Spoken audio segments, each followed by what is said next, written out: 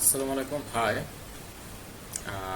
আবার আমরা আমাদের দ্বিতীয় ধাপের পার্ট 2 ক্লাসে চলে আসছি। প্রথম ক্লাস যে আমরা বেশ কিছু নিয়ে আলোচনা করেছিলাম, জ্ঞান ভিত্তিক টপিকস, যে একটা লেকচার আমরা কিভাবে স্টার্ট করছি। আর এখন আমি যাব যে টোটাল কন্টেন্টটাকে ওবিতে কনভার্ট করতে গেলে আমাদের কি কি জিনিস আমাদের মেনটেন করতে হবে, বা আউটকাম স্টেডির সঙ্গে কীভাবে যেতে পারে।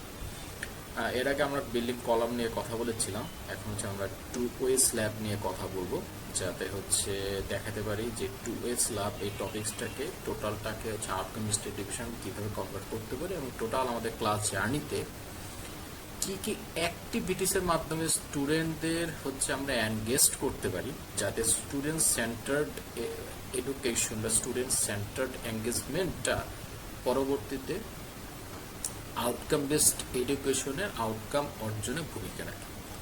তো চাই তো চলেন, যেহেতু এখানে ফেস দেখা যাচ্ছে না, তো গুগল মিটটা অফ করে আমরা ক্লাসটা ইনশাল্লাহ কন্ডাক্ট করছি। ওকে, প্রথমত আমাদের টপিক্স 2 ওয়ে স্ল্যাব। এই টপিক্সটা ফার্স্ট ইন্ট্রোডাক্টরি কথা বলবো। আমরা সাধারণত বেসিক্যালি জানি যে 5 ধরনের এনফোর্সমেন্ট হয়ে থাকে। একটা স্ট্রেট বটম বার, ক্র্যাঙ্ক বার, যেটা যে অনেকটা শিংয়ের মতো দেখা যায়, স্ট্রেট বটম বার, এক্সট্রা টপ, তারপর ডিস্ট্রিবিউশন এনফোর্সমেন্ট, কর্নার এনফোর্সমেন্ট। এখানে বেসিক্যালি ক্র্যাঙ্ক বার যে কথাটা দেখা যাচ্ছে যে এখানে একটা শিংয়ের মতো, এখানে দেখা যাচ্ছে যে এটা একটা শিংয়ের মতো, মাঝখানে বটম দিয়ে এনফোর্সমেন্ট যাবে, স্ল্যাবের টপে যাবে। তার মানে এখানে সাধারণত স্ল্যাবের মিডল পোর্শনে পজিটিভ মুভমেন্ট আসে, যাকে রেজিস্ট করতে গেলে বটম দিয়ে আমাদের এনফোর্সমেন্টকে টানা লাগে। তার কারণ বটম দিয়ে এনফোর্সমেন্ট কেন টানা লাগে, তার একটাই কারণ, সেটা যে বটমের টেনশনটা থাকবে। বটমের টেনশন থাকলে বটম দিয়ে এনফোর্সমেন্ট যাবে, আর সাপোর্টগুলোতে টপের এনফোর্সমেন্ট যাবে, টপের টেনশন থাকবে। তো তখন তাই আমরা সাপোর্টের নেগেটিভ মুভমেন্ট সেক্ষেত্রে চলে আসে আর কি। সাধারণত এটা অ্যাসিড বিএমডি বেন্ডিং মোমেন্ট ডায়াগ্রামে আমরা দেখেছিলাম, বা যদি আপনারা চান তাহলে আমি আবার দেখাতে পারবো। তবে একটু বেসিক টাইপের কথা নিয়ে ক্লাস নিচ্ছি। তাই ক্র্যাঙ্ক বার একটা স্ট্রেট বটমের স্ট্রেট দিয়ে যাবে, শুধু পজিটিভ মুভমেন্ট রেজিস্ট করবে, যেটা দেখা যাচ্ছে স্ল্যাবের এই যে ক্র্যাঙ্ক বার, তারপরে স্ট্রেট বটম বার, তারপর ক্র্যাঙ্ক বার, তারপর স্ট্রেট বটম বার। স্ট্রেট বটম বারের উপরে ক্র্যাঙ্কের শিংয়ের সাথে সমান এক্সট্রা দিতে হবে, তার কারণ স্ট্রেট বটম বার আর ক্র্যাঙ্ক দুটার মাঝখানে গ্যাপ থাকবে, দুটাই মেইন বার।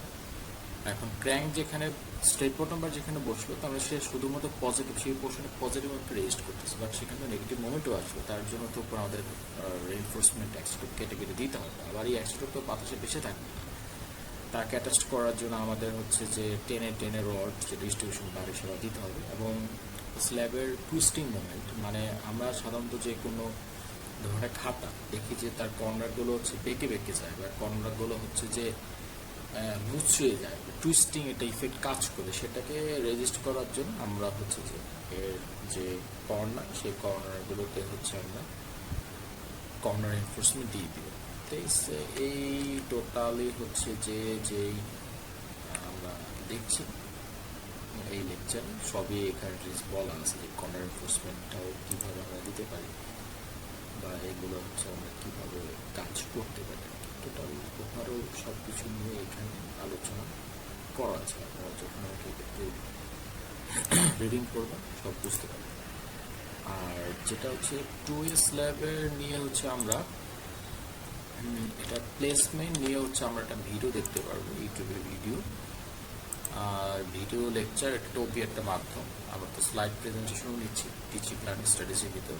এখানে ভিডিও লেকচার দিয়েও ডেমনস্ট্রেশন করাটা যে অনেকটা ইফেক্টিভ একটা ওয়ে, কারণ স্টুডেন্টদের কমনি, মানে একদম তাদের যে কনসেন্ট্রেশন সেটাকে আমরা খুব ভালোভাবে ইউটিলাইজ করতে পারবো অ্যাচিভ করার জন্য। বেসিক্যালি আমাদের ভিডিওটা আমি জাস্ট দেখাচ্ছি যে ভিডিওটা আমরা কীভাবে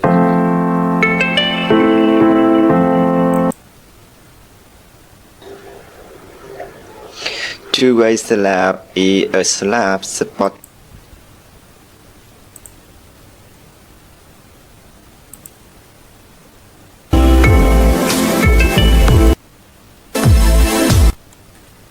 রেইনফোর্সমেন্টগুলো টুয়ে স্ল্যাবে একটা স্ল্যাব সিস্টেমে টুয়ে স্ল্যাব রেইনফোর্সমেন্ট কীভাবে প্রোভাইড হচ্ছে তাই হচ্ছে এই ভিডিওতে দেখানো হচ্ছে। বেসিক্যালি আমাদের টার্গেট এরকম থাকতে হবে যে আমি আমার টপিক্সে টু ওয়ে স্ল্যাবটা পড়াবো, ঠিক 6 মাস পর 6 মাস পর স্টুডেন্টরা যাতে ডিরেক্ট যে কোনো বিল্ডিং বা যাই হোক স্ল্যাব সিস্টেম যে সমস্ত জায়গায় আছে তারা ডিরেক্ট হচ্ছে স্ল্যাব ডিজাইন করতে পারবে, হাতে কলমে ক্যালকুলেশন করতে পারবে।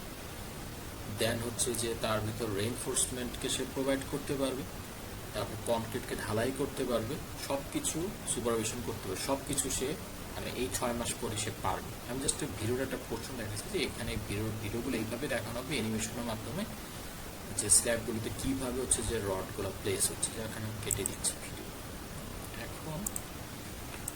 এখন আমি হচ্ছে আমাদের কি কি মেন কি কি টার্ম থাকবে সেটা ফার্স্ট হচ্ছে যে আমাদের 3টে ডোমসের কগনিটিভ, অ্যাফেক্টিভ, সাইকোমোটর। সেখানে কগনিটিভের মধ্যে তাদের মিড টার্ম এক্সামের মাধ্যমে আমরা কি সেটা জাস্ট করব। তার আগে আমি আর একটা জিনিস হচ্ছে ভালো করে দেখাচ্ছি, আমাদের মেইন যে ওবি যে পোর্শনটা যেটা হচ্ছে আমরা পড়েছি,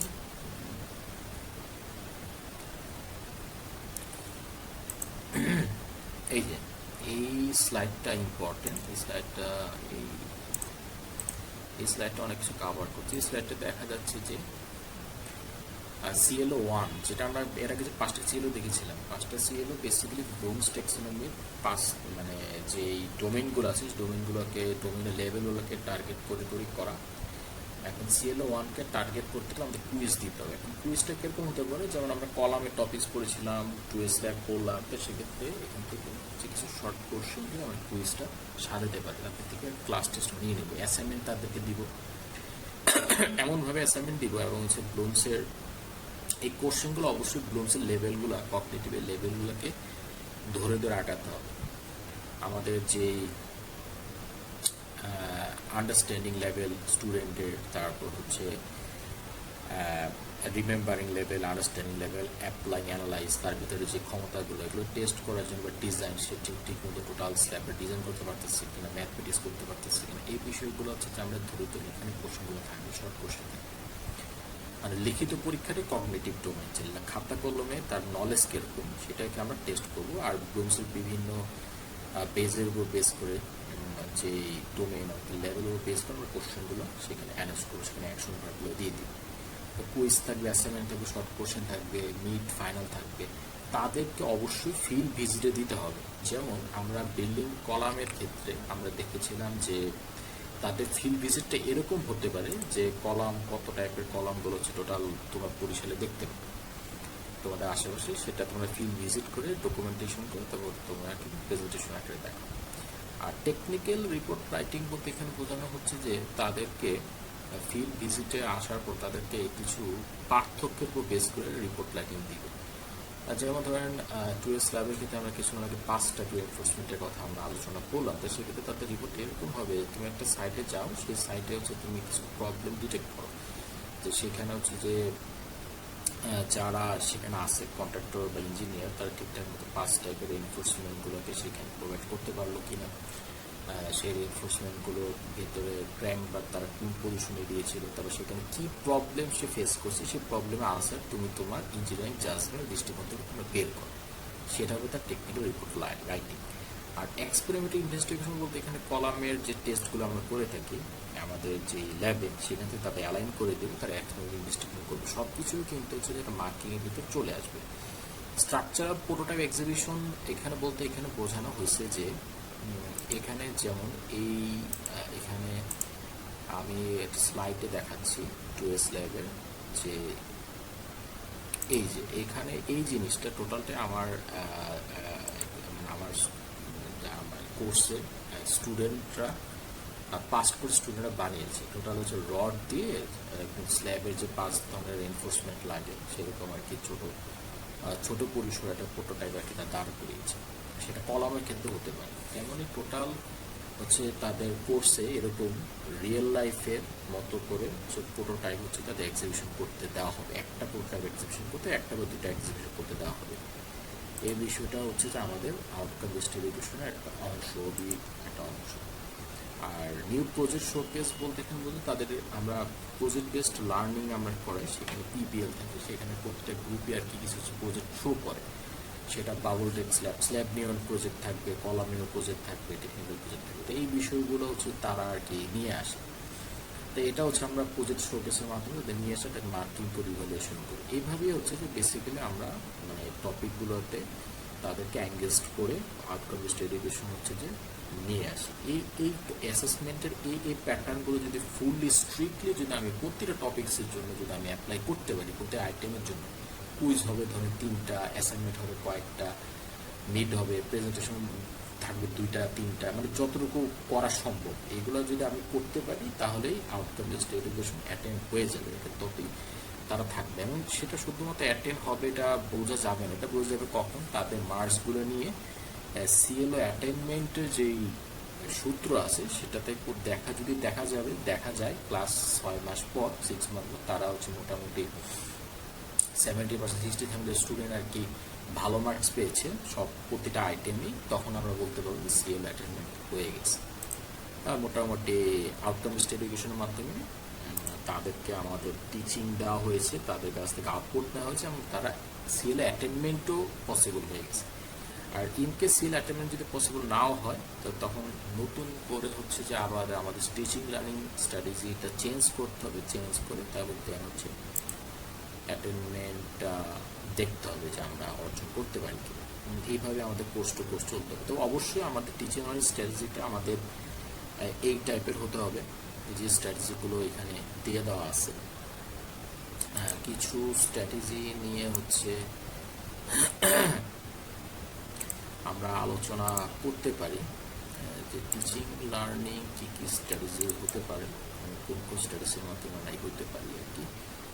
যেমন স্লাইড প্রেজেন্টেশন দেখানো হচ্ছে, ইন্টারেক্টিভ লেকচার, তারপর হচ্ছে ভিডিও ডেমনস্ট্রেশনের মাধ্যমে দেখানো হবে, ফিল্ড ভিজিটে তাদের পাঠানো হবে, তার প্র্যাকটিক্যাল ওয়ার্ক থেকে তারা কাজ শিখবে, গ্রুপ ওয়ার্কের ভিতরে তাদের গ্রুপ ক্যাপাবিলিটি চেক করে দেওয়া হবে, তারপর তাদের presentation capability, technology writing capability check করা হবে, এক্সপেরিমেন্টাল স্টাডি করা হবে, প্রবলেম বেসড লার্নিং যেটা আমি একটু বলেছিলাম যে তারা কী প্রবলেম করেছি সেটা হচ্ছে তারা আর কি টোটালি হচ্ছে মানে এক্সপ্রেস করবে একটা সলিউশন কী হতে পারে, টেন্টেটিভ সলিউশনে তারা আলোচনা করবে। টেস্ট বেসড লার্নিং থাকবে, তারপর তারা বিভিন্ন সফটওয়্যার ইউজ করবে। আমাদের ল্যাবগুলোতে বিভিন্ন সফটওয়্যার আছে বিল্ডিং ডিজাইনের ক্ষেত্রে, কলাম ডিজাইনের ক্ষেত্রে, যেমন ইট্যাক্স, তারপর সেফ, এই সফটওয়্যারগুলো তারা সেখানে ইউজ করবে। স্ট্যাট প্রো স্টিল বিল্ডিংয়ের ক্ষেত্রে প্রজেক্ট রিভিশন দেখাবে, প্রজেক্ট বেসড লার্নিং করবে, এই বিষয়গুলো। আর তাদের থেকে আমি কী নেব, স্ট্র্যাটেজি অ্যাসেসমেন্ট কী নেব সেটা নিয়ে আমাদের শোনাবে আলোচনা এইমাত্র করলাম।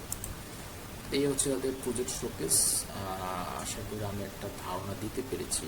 আর কোশ্চেন থাকতে পারে যে তাদের কোশ্চেন প্যাটার্নটা কীরকম হতে পারে। তাহলে একটা টুইস্ট একটা কোশ্চেন প্যাটার্ন হচ্ছে যে তাদের আমি হচ্ছে দেখাচ্ছি। যেমন শুরুতে ডিফাইন দিয়ে কোশ্চেন স্টার্ট হয়েছে যে টুইস্ট লেভেল কাকে বলে, সেটা হচ্ছে আমরা রিমেম্বারিং লেভেলটা চেক করা যাবে। এক্সপ্লেইনে যখন এটা চলে যাব তখন এক্সপ্লেইন দিয়ে কোশ্চেনটা দিয়ে এমনভাবে করতে এক্সপ্লেনেশন তার থেকে তার আন্ডারস্ট্যান্ডিং সে কতটা আন্ডারস্ট্যান্ড করতে পেরেছে, তারপর সেই জিনিসটা কতটা অ্যাপ্লাই করতে পারবে, তো স্কেচ আঁকতে হবে। তারপর সে কতটুকু অ্যানালাইজ করতে পারবে সেটা একটা কোশ্চেন দেওয়া হয়েছে যে স্টেট বটম বা স্টেটের পার্থক্য কী। তারপর ইভ্যালুয়েশন করার ক্ষমতা, জাজমেন্ট করার তার উপর ক্ষমতাটা কীরকম গ্রো করছে, তার জন্য আমরা তাকে একটা কোশ্চেন থ্রো করবো। এবং সবার লাস্টে হচ্ছে একটা ম্যাথমেটিক্যাল টার্ম যে টুয়েলভ ল্যাবটা টোটালটা কীভাবে ডিজাইন করা, এটা হচ্ছে একদম ডিজাইন ফিট। ক্রিয়েটিভ বা হচ্ছে ডিজাইনটা এখানে কেন ক্রিয়েটিভে রাখা হয়েছে তার কারণ ডিজাইনটা সাধারণত ম্যান টু ম্যান ভ্যারি করে। একজন আন্ডার গ্রাজুয়েট স্টুডেন্ট একভাবে ডিজাইন করবে, আমি একভাবে ডিজাইন করবো, আমার থেকে হায়ার লেভেলের ডক্টর ডিগ্রি স্টুডেন্ট বা ডক্টর ডিগ্রি কমপ্লিট করেছে সে আরেকভাবে ডিজাইন করবে। ডিজাইনটা এমনভাবে করতে হবে সবার ফার্স্টে কস্ট ইফেক্টিভ, ইকোনমিক হতে হবে এবং ফুললি ব্যালেন্সড হতে হবে। কারণ ক্লায়েন্টরা সবসময় চায় যে আমার যে কোনো প্রজেক্টে যে কোনো ধরনের মানুষ বলে ক্লায়েন্ট বলে যে কম টাকার ভিতর প্রজেক্টটা কত সুন্দর করা যায়, কম টাকার ভিতর প্রজেক্টটা কত ব্যালেন্স করা যায়, কত সাস্টেইনেবল করা যায়, কতটুকু ডাকটাইল করা যায়, এই বিষয়গুলো তখন ডিজাইন ক্রিয়েটিভিটির উপর বেস করবে। তাই এর মাধ্যমে কিন্তু এই কোশ্চেনের মাধ্যমে বা এই ম্যাথমেটিক্যাল টার্মের মাধ্যমে আমরা ক্রিয়েটিভিটিও জাজ করতে পারবো। আর এখানে এই স্লাইডে কিন্তু তিনটা যে টপিকস বলা হয়েছে, বিল্ডিং কলাম, 2A স্ল্যাব এবং ফাউন্ডেশন, এটা এমনভাবে কাভার করা হয়েছে যে জগতে এর বাইরে কলাম সাধারণত এক্সিস্ট করে না, অথবা এখনো গবেষণাধীন বা আসে নাই। গবেষণা সাকসেসফুল হলে ওই টাইপের কলাম চলে আসবে। স্ল্যাবে যত টাইপের স্ল্যাব আছে সবগুলো কাভার করা আছে, এবং সবার লাস্টে প্রতিটা টপিক্সের লাস্টে কিন্তু জেনারেল ম্যাথমেটিক্স এখানে করে দেওয়া আছে, যেটা সার্কুলার শেপের বা স্পাইরাল শেপের কলাম কীভাবে ডিজাইন করা যায়, তারপর হচ্ছে 2A স্ল্যাব কীভাবে যে ডিজাইন করা যায়, রেনফোর্সমেন্ট কীভাবে ক্যালকুলেশন করা যায়। সো ম্যাথমেটিক্যাল প্রবলেমগুলো সবার লাস্টে হচ্ছে এখানে অ্যাডজাস্ট করে দেওয়া আছে। তাই সেটাও স্টুডেন্টরা ক্লাস থেকে জানতে পারবে যে টোটালি হাতে কলমে জিনিসটা কাকে বলে, দেখতে গেলে কোন ম্যাথমেটিক্যালও তারা ডিজাইন করে ক্যাপিটাল অর্জন করতে পারবে, ফিল্ডেও তারা ভিজিট করতেছে, প্রেজেন্টেশন করতেছে। ঠিক এইভাবে এই টেকটিক্সের মাধ্যমে যদি আমরা যেতে পারি, প্রতিটা কোর্স প্রতিটা টপিক যদি আমরা এইভাবে পাই টু পাই ডিজাইন করতে পারি, এবং প্রতিটা আইটেম যদি আমরা পাই টু পাই আদায় করতে পারি, এবং সবার লাস্টে সিএল অ্যাটেনমেন্ট যদি হয়, তখন হচ্ছে আলহামদুলিল্লাহ বলতে পারবো যে আমাদের এই কোর্সটা ওবি আকৃতিতে চলছে, এবং I am successful or we are successful to conduct our class in outcome-based education or OBE system. ধন্যবাদ। আশা করি আমি আপনাদের একটা আইডিয়া দিতে পেরেছি শর্ট বা কম সময়ের ক্লাসের মধ্যে। আশা করি আপনারা কিছু আইডিয়া পেয়েছেন। আর আজকের মতো পার্ট 2 ক্লাসটা আমি এখানে স্টপ করছি। ধন্যবাদ। আমার জন্য দোয়া করবেন। আসসালামু আলাইকুম।